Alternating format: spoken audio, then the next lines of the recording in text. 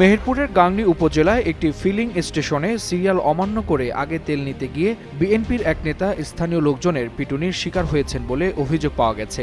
অভিযোগ অনুযায়ী উপজেলা বিএনপির যুগ্ম সাধারণ সম্পাদক আব্দুল ওয়াহাব বুলবুল মোটরসাইকেলের তেল নিতে এসে দীর্ঘ লাইনের তোয়াক্কা না করে আগে জ্বালানি নেয়ার চেষ্টা করেন। এতে অপেক্ষমান সাধারণ মানুষ ও পাম্প কর্মচারীরা বাধা দিলে শুরু হয় তর্ক বিতর্ক, যা দ্রুত উত্তেজনায় রূপ নেয়। মঙ্গলবার দুপুরে উপজেলার গোপালনগর গ্রামের রূপক ফিলিং স্টেশনে এই ঘটনা ঘটে। প্রত্যক্ষদর্শীরা জানান, সিরিয়াল অমান্য করায় এক পর্যায়ে ক্ষুব্ধ জনতা ও পাম্পের কর্মচারীরা সংঘবদ্ধভাবে তাকে মারধর করে। পরে স্থানীয়রা তাকে উদ্ধার করে নিরাপদ স্থানে সরিয়ে নেয়। বর্তমানে তিনি প্রাথমিক চিকিৎসা নিচ্ছেন। তবে ঘটনার ভিন্ন ব্যাখ্যা দিয়েছেন ওই নেতা। তার দাবি, পাম্পে অনিয়মের প্রতিবাদ করতে গেলে মালিক ও কর্মচারীরা তার উপর হামলা চালায়। অন্যদিকে পাম্প মালিক এই অভিযোগ অস্বীকার করেছেন। পুলিশ জানিয়েছে, এই ঘটনায় এখনো কোনো লিখিত অভিযোগ পাওয়া যায়নি। অভিযোগ পেলে তদন্ত করে ব্যবস্থা নেওয়া হবে বলে জানায় পুলিশ।